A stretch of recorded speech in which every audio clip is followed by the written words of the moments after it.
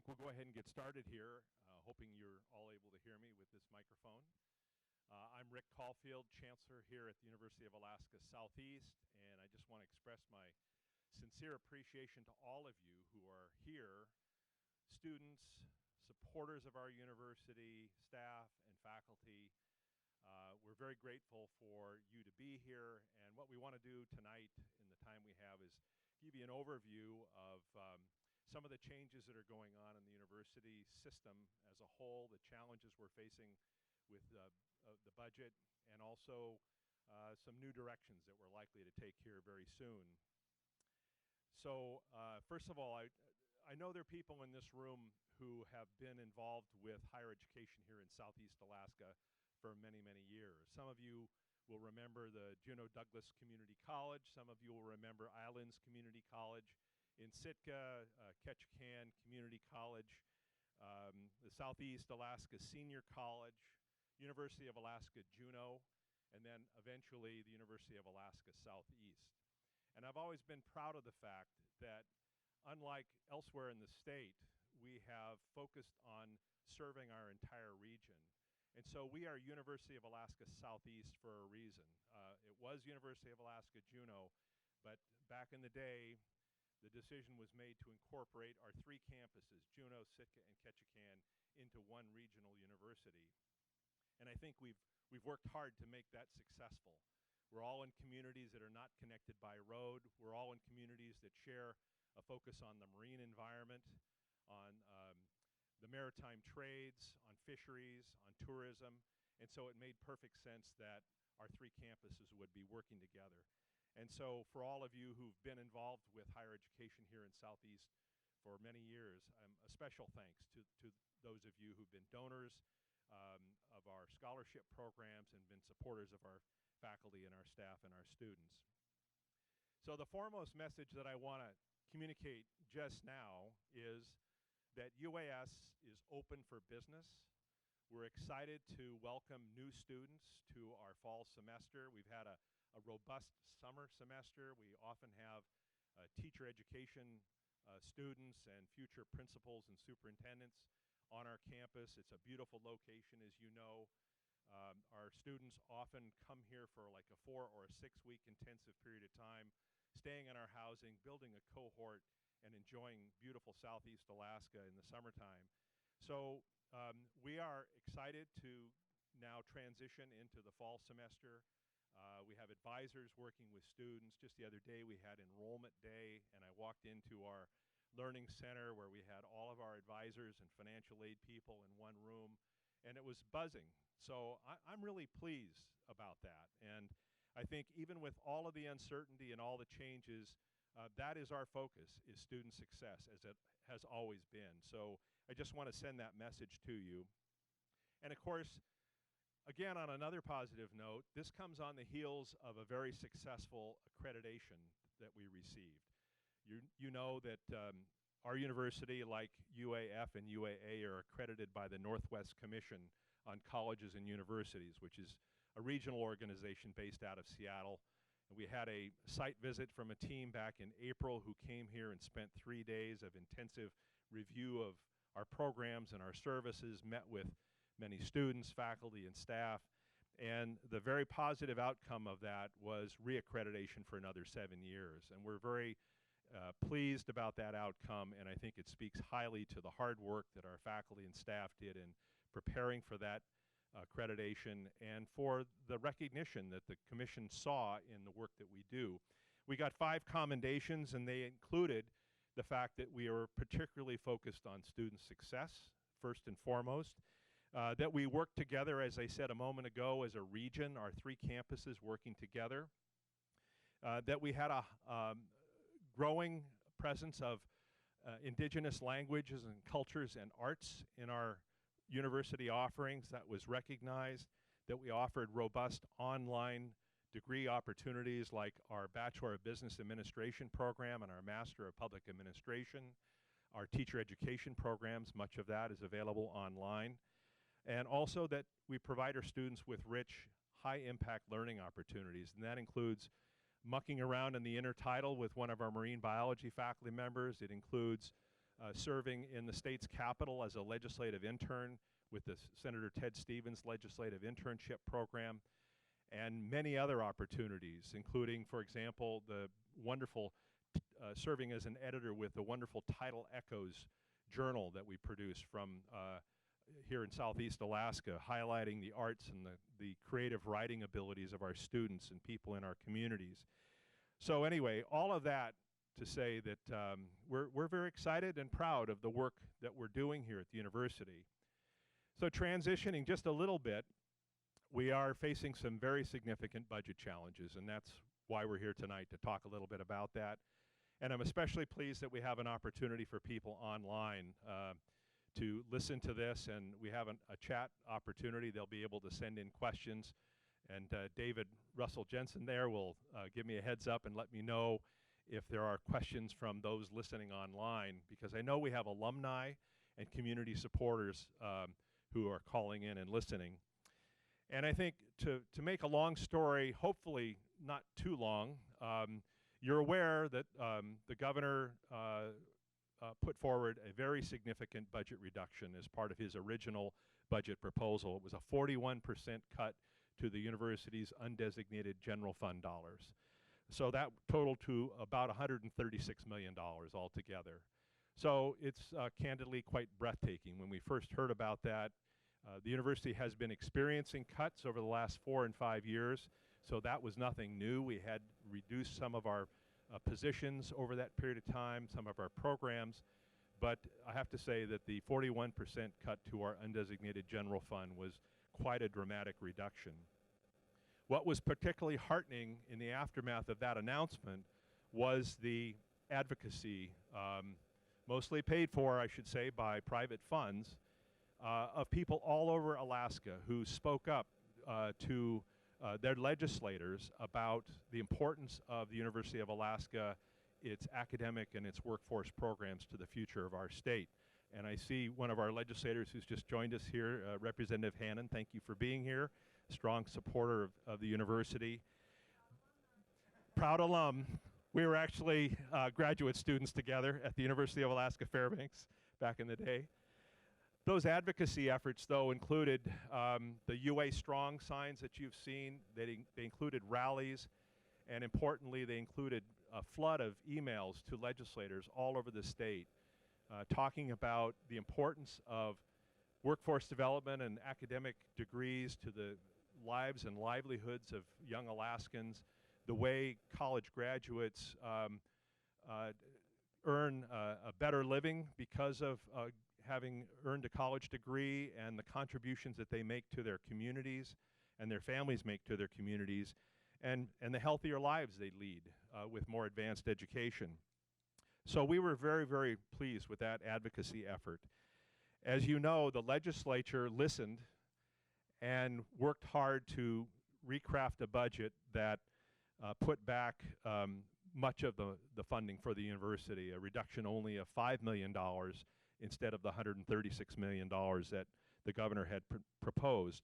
And along with that, interestingly, proposed a dual appropriation, which we can come back to in a moment, but basically said that the University of Alaska Southeast and all the community campuses around the state would be in one budget appropriation, and the Anchorage campus, the Fairbanks campus, and the statewide office would be in another budget appropriation. So they did that, but of course then the governor did veto that budget that the legislature had put forward, and as a result we were facing the need for a legislative override of that veto, which unfortunately did not happen. However, the legislature is again trying to reinstate funding for the university, along with many other things, most recently with HB 2001. And if successful, that would result in a $25 million reduction to the university, again, instead of the $136 million reduction that would otherwise be in place. That legislation, as I understand it, is on the governor's desk, and so we're waiting to see the outcome of that. Now, interestingly, just last Monday, the Board of Regents met in Anchorage, and I was in attendance at that meeting. And the Office of Management and Budget Policy Director came forward and put on the table a proposal for an alternative approach, a 2-year reduction plan rather than $136 million all in 1 year. The proposal that was put on the table was $96 million cut this year in FY20, the year that we're in now, and a $38 million cut in year 2 in FY21. But there was some confusion about this, lack of clarity. That came with some conditions or provisos that suggested that along with that there should be elimination of organized research in the university system and a merging of some of the schools statewide, the School of Management, 2 schools of management, schools of engineering. And so there was a lot of back and forth between the Board of Regents and representation from the Office of Management and Budget, and I think it remains to be seen what emerges from that. There's no doubt that having more than 1 year to deal with the challenge of this budget would be beneficial, but nevertheless, doing so with the conditions that were proposed may be problematic from the standpoint of the regions. So with all of this swirl of budget activity, I can just tell you the uncertainty has been very, very difficult for all of us, for students, for faculty, for staff, just simply not knowing what the budget will look like. But in light of all that uncertainty, President Jim Johnson requested that the Board of Regents declare financial exigency. And exigency is not bankruptcy. It's something different in Board of Regents policy. And it basically is a provision that, if invoked, gives the board an opportunity to make more rapid changes in the university structure in a short amount of time. We have a collective bargaining agreement with our faculty, for example, and a tenured faculty member who's been here for some years would expect to have 12 months notice under normal circumstances of a change in their employment. But under financial exigency, many of these timelines are shortened. So that 12-month notification would go to 60 days. And similarly for staff, there'd be a reduced time frame for giving someone notification of their job going away. Not a happy circumstance by any means, but nevertheless, the Board of Regents did decide to declare financial exigency and asked President Johnson to move forward and consider how significant reductions would be made to the 3 separately accredited universities in our state, UAS, UAA, and UAF. So we were asked here at Southeast, along with UAA and UAF, to look at a proportional reduction of the $136 million. And for UAF, that proportion was $68 million. For UAA, it was $50 million. And for UAS, small as we are, it was $10 million. And we went through that exercise. And I can tell you it was a challenge because we have been going through these cuts over the last 4 and 5 years. We've already made the obvious cuts and changes that had to be made. But nevertheless, we were directed to go through that exercise. And we did that, and the information from all 3 universities was presented to the Board of Regents on Monday. And that's public information, so you're welcome to go to the Board of Regents website and look at that. It includes very likely reduction, for example, of some 40 different positions, faculty and staff here at UAS, along with a number of other reductions that would have to be made. I mentioned a little while ago that we had a dual appropriation bill, and the UAS and the community campuses are in one appropriation, and Anchorage, Fairbanks, and the statewide office are in a different appropriation. And at the Board of Regents meeting on Monday, representative from the Office of Management and Budget pointed to that and said the expectation of legislators and of OMB was that that would minimize the impact of budget reductions and the vetoes on UAS and on the community campuses. But President Johnson has noted that the community campuses and all of UAS rely on services that we get from elsewhere. So here at UAS, our 3 campuses, rely on services provided by the statewide office in Fairbanks. So our IT services, our risk management services, budget and finance, the general counsel's office, these are all services that we receive from the statewide office in Fairbanks. And so it would only be logical, he argues, and I agree, that we would in fact pay for those services, given that they would be taking a major cut, we would be taking a smaller cut, and that it would be appropriate that we would pay for those services, just as community campuses associated with the Anchorage campus or with the Fairbanks campus would pay for services they receive from the larger campuses. So that is something that we assume is likely to happen. We actually haven't received a bill as yet, but we expect it's very possible. But on top of all of this, the other element is that President Johnson decided that he would put forward before the Board of Regents a proposal to convert our system from having 3 separately accredited universities, UAS, UAA, and UAF, into a single accredited University of Alaska. And this is not a new idea. Periodically and over the years, legislators have given voice to that idea and asked the question, why do we have 3 separately accredited universities within our system, UA system, and wouldn't we save money if we only had one university?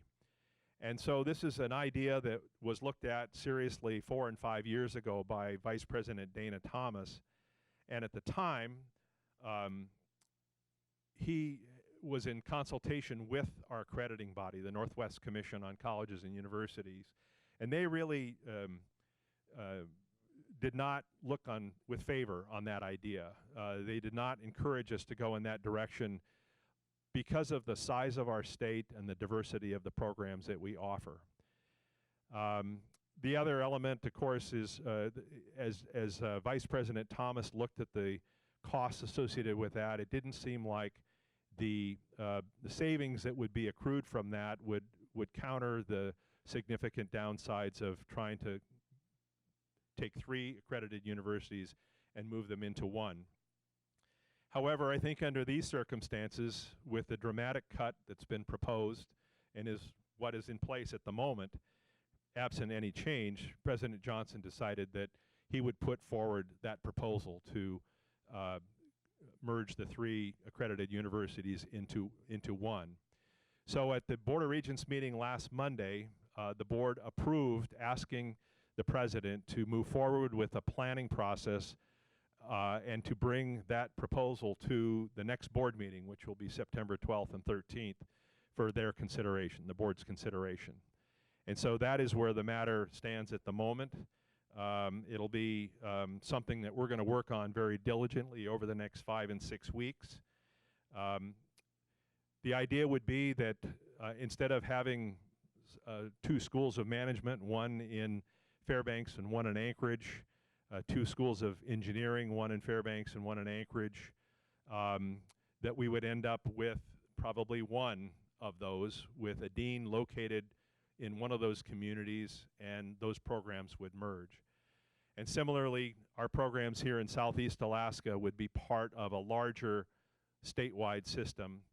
And you may recall that several years ago, the Board of Regents approved the University of Alaska Southeast as the lead for teacher education in the state. And so we transformed our School of Education into what we call the Alaska College of Education, with the goal of having and providing statewide leadership for teacher education across the state.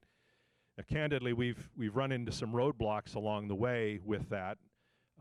In particular, the Northwest Commission on Colleges and Universities discouraged us from fulfilling that completely. However, the change now with a look towards a single accredited university perhaps opens the door to reaffirming what the board actually had proposed several years ago. And I guess my hope would be that the University of Alaska Southeast would be affirmed as the home of the Alaska College of Education, with leadership providing leadership all over the state in teacher education and educational leadership.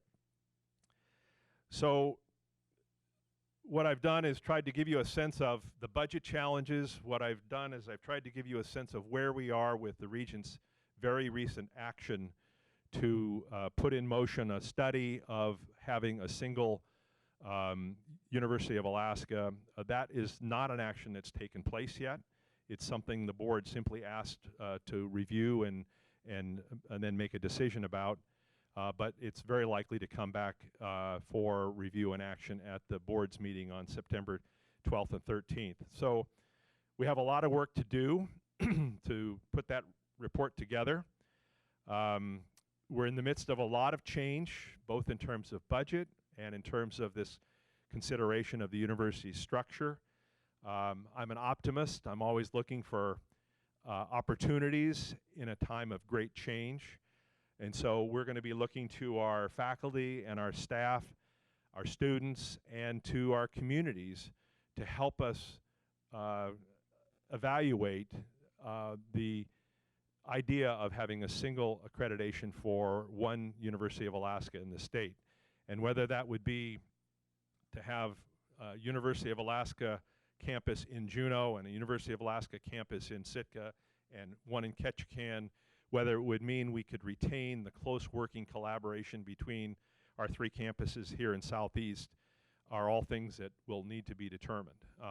But I'm hopeful that we will come up with a plan that will make sense, and I'm confident that in the long run, the University of Alaska will continue to have a very, very strong presence here in Southeast Alaska, especially given the strong relationships we have with employers here in Southeast and the strong community support we have throughout the region, which I'm very grateful for.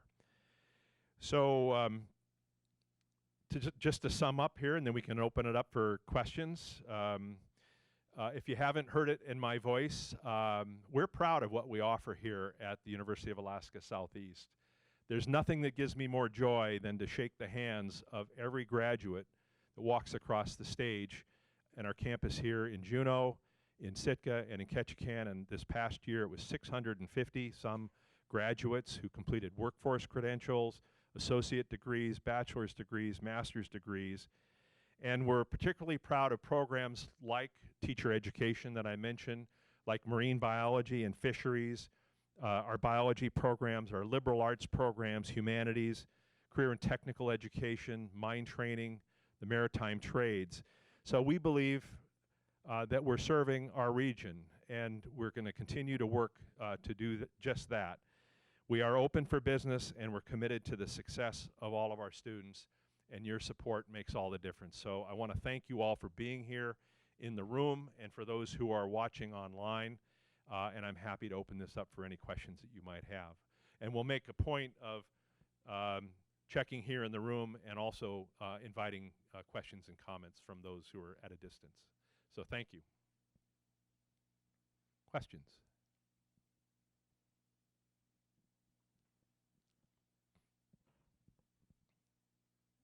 So I read a article the other day, or editorial, that indicated there could be some downsides to merging because you might lose alumni support for the individual institutions. And I just wondered if there's any thought, you have any thought about that?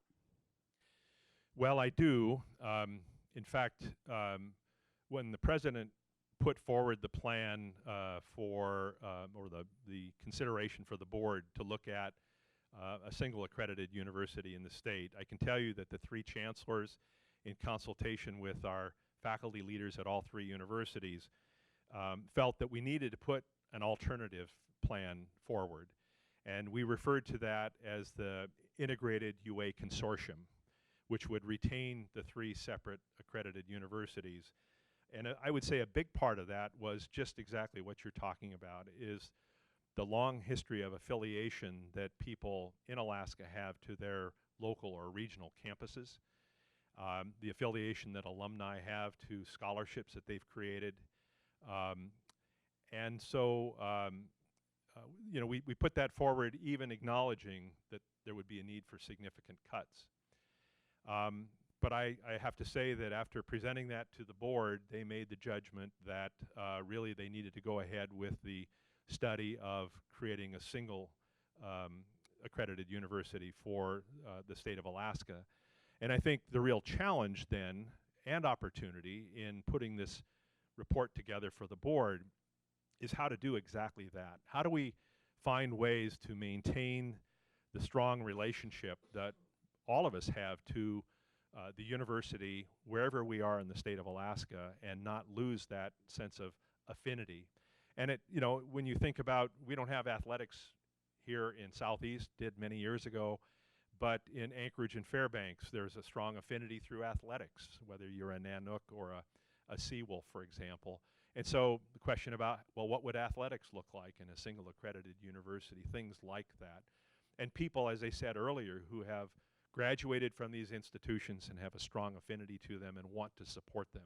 So I think that's one of our big challenges in putting this plan together, is how do we continue to make those relationships possible and enrich them as we go forward.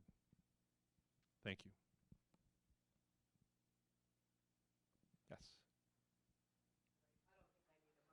I think we do need them because people are listening from afar. Thank you. Yeah, I have a question, you know, very practical. This semester begins at the end of the month. The classes that are currently being offered and students are signing up for, will those all go forward, or are we having to wait to see what the budget is going to be? No, those will go forward. We're committed to having our fall semester be effectively business as usual, even as we work through these challenges. And of course, there was the problem of the sweep that lent uncertainty about whether there would be Alaska Performance Scholarships and the WAMI funding for students and the Alaska Education Grants, and it's my understanding that that has been resolved, but it certainly did not help the situation that thousands of students across the state who were either current recipients of that or eligible for it were put into, you know, it raised the question about whether they could receive it. But the good news there, as I understand it, is that's been resolved, and we're encouraging anyone who's eligible for those funds to go ahead and submit the FAFSA, the application for financial aid, and to apply. And we'd love to talk to anyone who's interested in learning about their eligibility for that. And then I should also note for other scholarships, because those are state scholarships, but we also have a rich array of University of Alaska Foundation scholarships. And it's still not too late to talk to our financial aid people about scholarships that are available for this fall. So thank you for that question.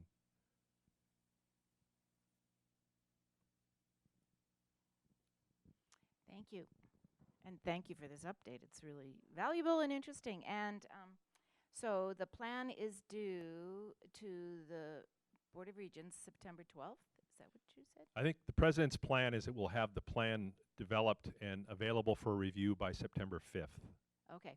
So for those of us who are not on the Board of Regents, how will we get access to that? So knowing that you'll need some advocacy and some reaction to that plan? Yes. What's the timeline for that? I think, of course, the decision about this was made only 4 days ago now, 3 days ago. So just now the plans are being put into place, but a website is being developed, so information about the task force groups that will be looking at the various components of this, and that will include representatives from all three universities. It'll include community members. And then as it goes forward, documents that are being reviewed by those various task force groups will be available online as well. And we will certainly do our best here at Southeast to communicate out, as we've done in, you know, making events like this available, about information that you can access and opportunities to provide input. And I expect that there will be a draft document in the end that will be available for review, and a mechanism for people to share their comments about that draft document before it goes to the regents.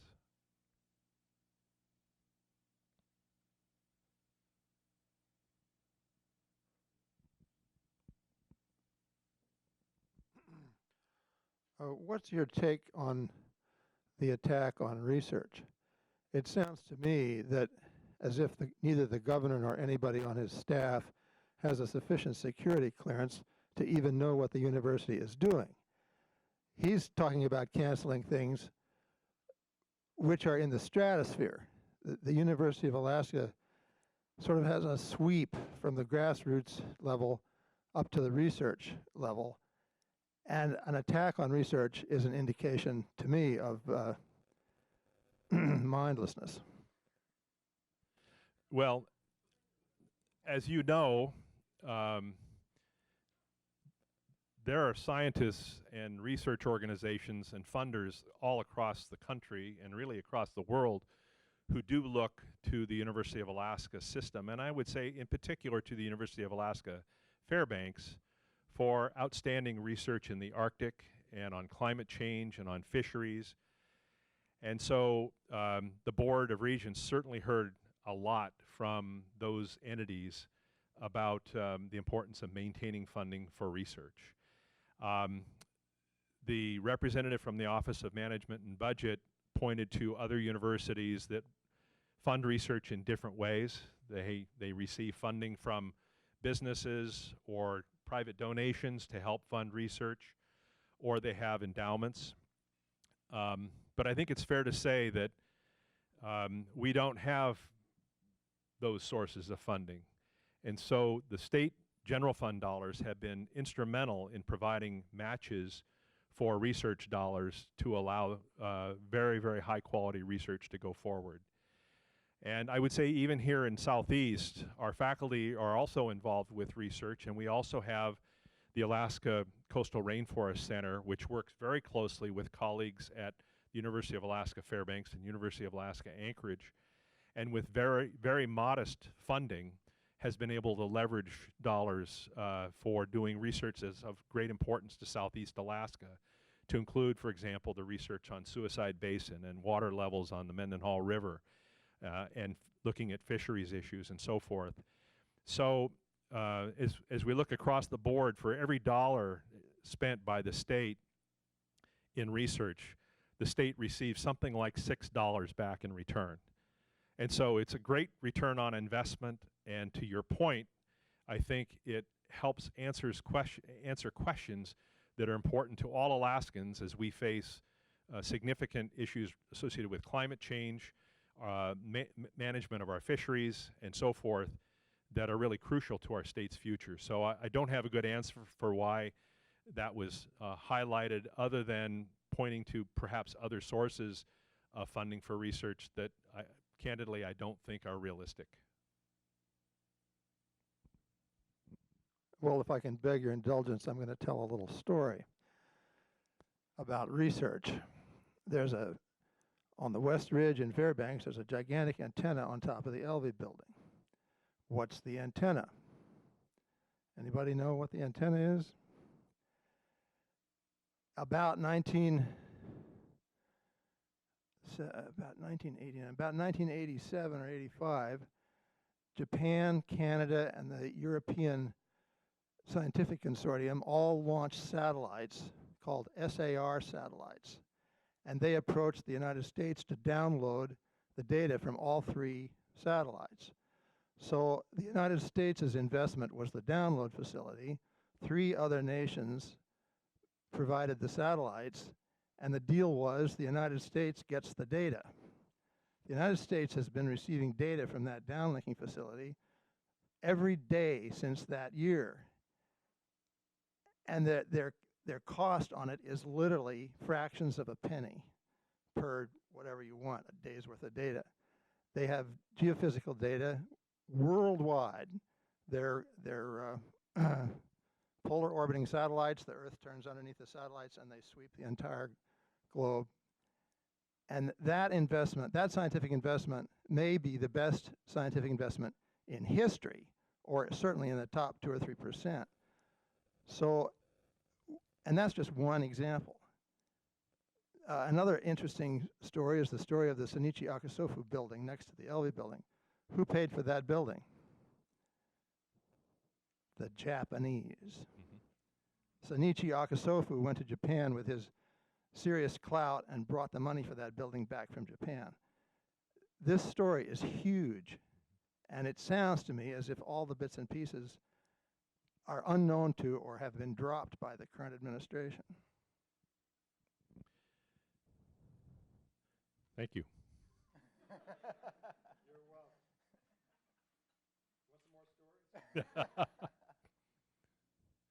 David, do we have any questions from online? All right. Other questions here in the room?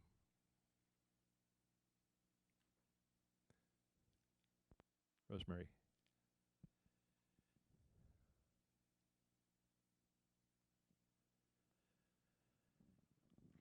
I know a couple of students, many students actually, who have been approaching me not only about their scholarships, but also about how much tuition might be going up and whether or not they'll see an increase this fall and an increase in spring. So it'd be great if you could answer those. And then I have another question that was probably discussed this morning at SPBAC.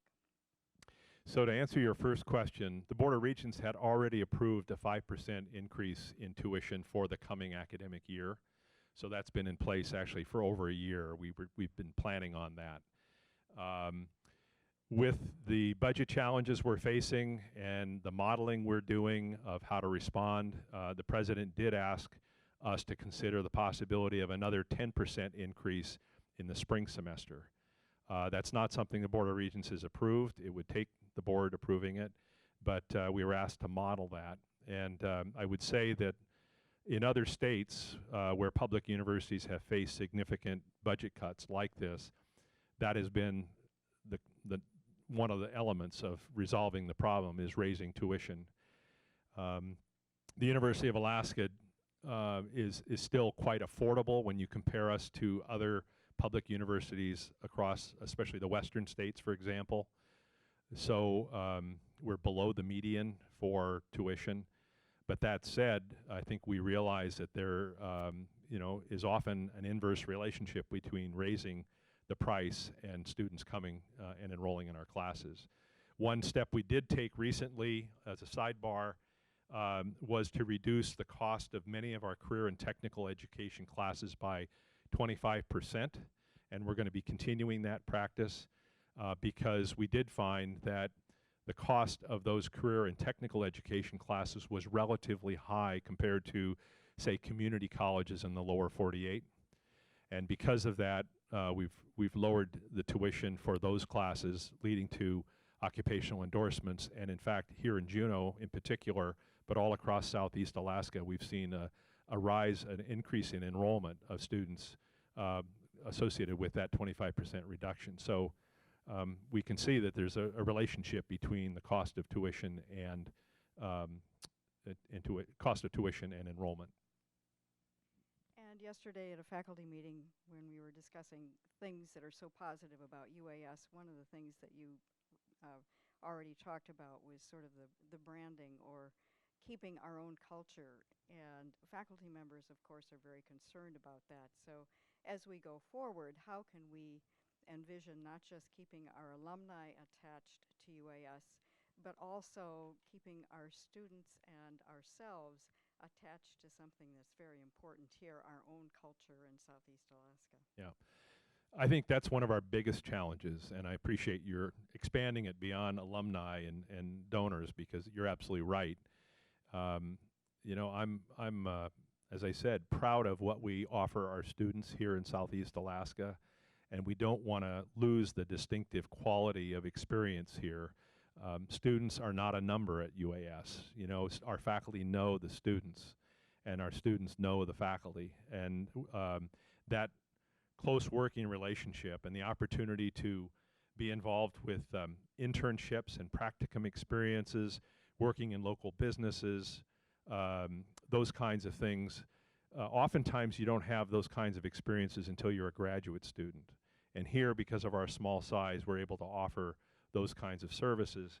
And the other thing too is that we stay closely in touch with our students. We actually have a care team that meets weekly for students who are struggling, sometimes making the transition from high school and family into a college level experience is difficult. And so we have a care team that looks after students if we hear from our resident staff that a student is struggling. And so we have things of that nature which, if you're just part of a larger bureaucracy and you lose that quality, that would be a real shame. So I think, again, trying to stay focused on the positive, it's those kinds of qualities that we need to maintain, even as we look at the possibility of a single accredited university statewide. And one last one, sorry. But assuming the Board of Regents were to accept a plan for a single university, a single accreditation, when do you think that would take place? Well, the president has talked about if that action were taken at the September meeting, moving ahead expeditiously to try to implement that. And I think he's talked about a plan that would lead through the spring and the summer and the fall. Inevitably, it's going to take longer than that. And I would say one of the foremost considerations will be working with the Northwest Commission on Colleges and Universities, because one of the foremost things they look at is what's the impact going to be on students. And they want to know that if you're going to reduce or realign or eliminate programs, how is that going to impact students? And if so, if we end up affiliating programs that we have here in Southeast with those that are elsewhere in the state, how do we have confidence that students' education will not be disrupted? And that's going to be a big challenge. So I think working very, very closely with the commission to make sure that we're responding to the standards that they have for us as part of our accreditation. And I'm sure it will take more than 1 year. It'll take several years at least, I'm going to guess. David, I understand we have a question from afar.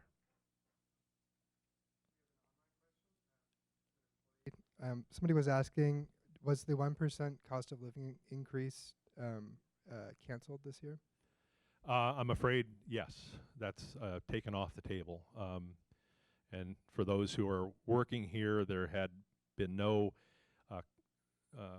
increases in salary for employees over several years, and President Johnson, prior to the announcement of the serious budget reduction, had hoped to move to at least raise salaries by 1% this year, and the president's taken that off the table given the budget challenges that we're facing.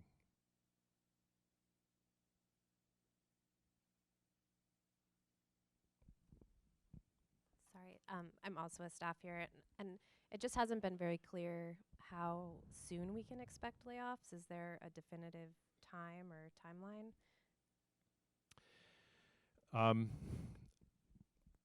It's a little bit difficult to answer because, again, we have this dual appropriation structure. And I think we're going to be in a somewhat different situation because of that than UAA and UAF.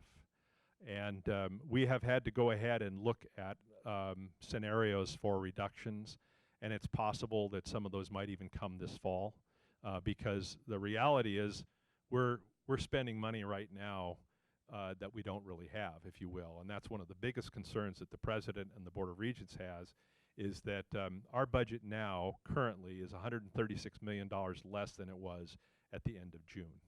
And so we're spending as a system something like $2 million a day.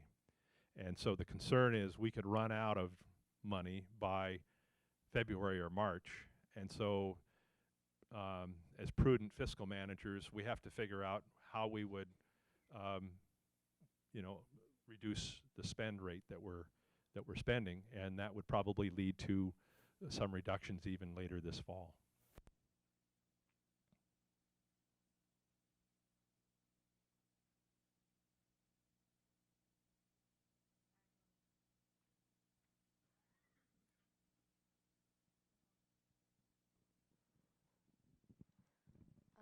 So with these budget cuts, is there any word on how tuition waivers for dependents of staff and faculty members will be affected?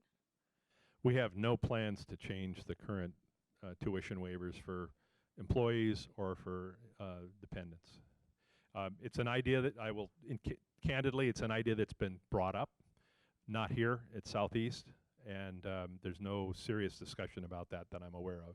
It's a topic that has come up, but not something that I've heard anyone say we're going to act on. Thank you.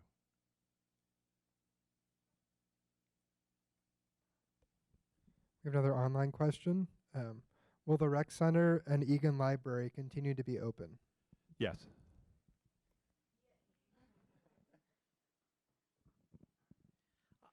I just have a question about programs that we offer here that aren't offered in Anchorage or Fairbanks. So I'm thinking about the BASS and the BLA and programs like that.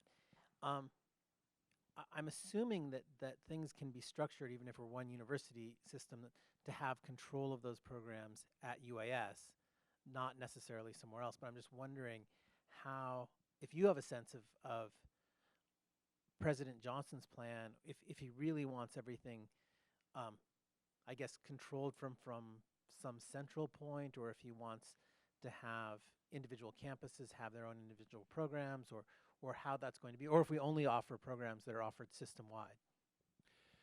It's a good question, Kevin. I think there is room for programs like we offer that may not be available elsewhere in the system, but remain.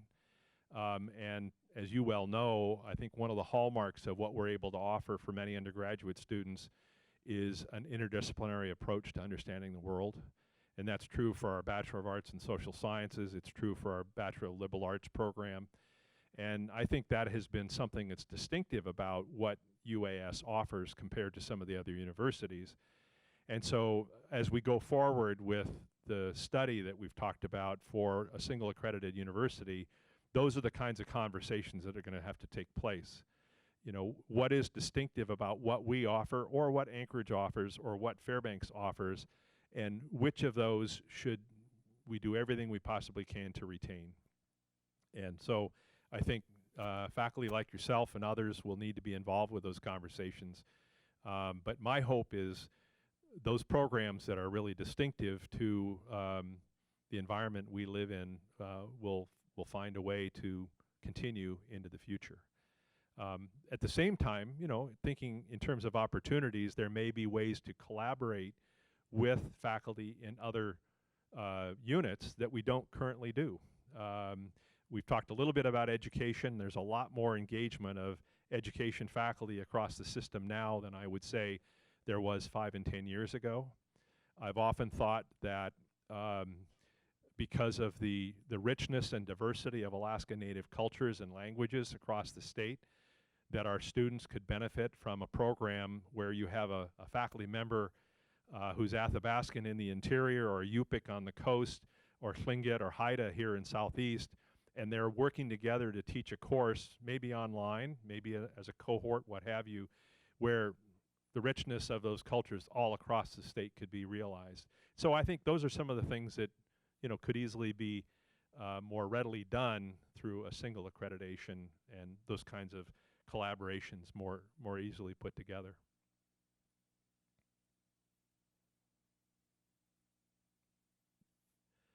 Well, I'm not seeing any more hands, and I'm so impressed that you took the time this afternoon to come out and hear this update.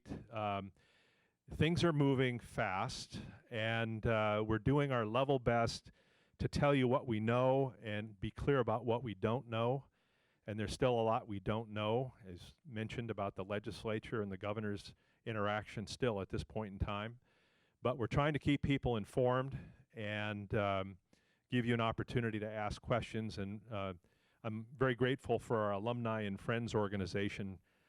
Dave Campbell here is our president of that organization for making this event possible. And I'm going to, before we wrap up, I see Representative Hannon has a comment. I was going to say, I didn't want to jump in on questions, but if you would indulge me. Please. I encourage all of the university community to not take the bait and feed on our neighbors. So don't, if you have dirty laundry to air that you think that Chancellor Caulfield should do away with her program, not mine, don't share that with everyone. Give him that feedback in a constructive manner. Don't offer up another campus. Everyone who works in education especially understands and believes that information is power, and we think that if we could provide better information or better analysis, that it would change the outcome. And I would say thus far with this administration, that has not been a strategy that has made any inroads on any decision making, and that the approach to gutting the university's research is a long time quest of Koch brothers anti-intellectualism. And, you know, I don't think any West Ridge Arctic researcher 30 years ago would have thought they'd be at the forefront of climate change and be faced with people who say it doesn't happening or it's beneficial but I've had those communications from OMB. And the idea that things cost more in Alaska is an absolute given. So anytime we talk about things cost more here, it's what I like to say is the only thing that doesn't cost more in Alaska is fresh salmon in season. That's the only comparison of virtually any product or system. And the University of Alaska is 100 years old. And we may see attempts to dismantle it that have been 100 years in the making to serve Alaskans and to serve us for another 100 years. And we just can't let it be destroyed or let it be derailed, because there is a grand benefit for intellectual pursuits in and of themselves. And it gives people pathways to change their lives. And right now, there are many Alaskans so fearful. And of course, your top tier researchers will have options to go to other universities all around the world, and your top level professors. But I think it is a wholesale attempt to undo unions and undo research and to undermine and to make us hateful of what others have and blame others. And don't take the bait, because our only pathway forward is to stay united as Alaskans and demand that we serve Alaska in our academic systems. Sorry for the soapbox. Thank you. I certainly will say that all of our legislators here in Southeast Alaska have been very, very supportive, so I'm very grateful for that. So thank you, and please express that to your colleagues as well. We're very grateful for that. So again, my thanks to all of you for taking the time to come out. If you have any questions at all, feel free to call me or send me an email. I'm happy to respond to you. Your support for this university, our campuses here in Juneau, in Sitka, and in Ketchikan, our online programs, is vital, as Representative Hannan said, to protecting what we care about. And we are here to serve our students, number one, and to help create a brighter future for Alaska. That's why the University of Alaska exists. So anyway, thank you all for being here very much.